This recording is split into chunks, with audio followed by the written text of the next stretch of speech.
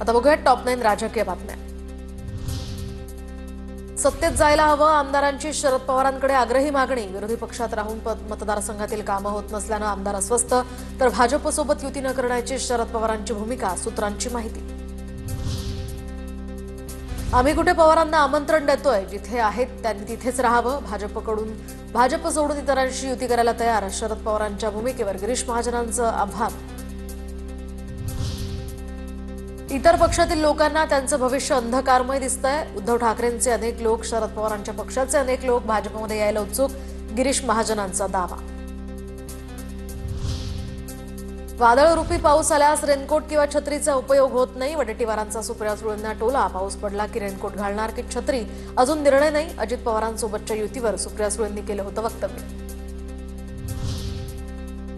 मुंबई महापालिकेसह पुणे महापालिकेवर सुद्धा भगवा फडकणार, वाढदिवसानिमित्त आमचा संकल्प, शिवसेना ठाकरे गटाचे आमदार सचिन अहिर यांचं वक्तव्य। नाशिकच्या द्वारका सर्कलची भुजबळांकडून पाहणी, मुंबई नाका परिसरातील अतिक्रमण आणि विद्रुपीकरणावरून छगन भुजबळ यांनी पालिका अधिकाऱ्यांवर संताप व्यक्त केला।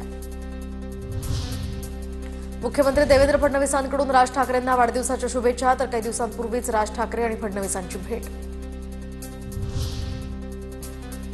मुंबईवर अदानींचं अतिक्रमण, याबाबत राज ठाकरे हे फडणवीसांना भेटले असतील। राऊतांचा खोचक टोला, मराठी नेत्यांनी एकत्र यावं, आम्ही अजूनही आशावादी असल्याचं वक्तव्य। मुंबईतील मनसेच्या कार्यक्रमात किशोरी पेडणेकरांची हजेरी, वरळीमध्ये संदीप देशपांडेंकडून राज ठाकरेंच्या वाढदिवसानिमित्त रक्तदान शिबिराचं आयोजन। ठाकरे बंधू युती संदर्भात पदाधिकाऱ्यांमध्ये उत्साह, किशोरी पेडणेकरांची प्रतिक्रिया, तर दोन्ही भावांनी एकत्र यावं आणि एकत्र येऊन ठरवावं, ठरवलं की होईल, संदीप देशपांडेंचंही वक्तव्य।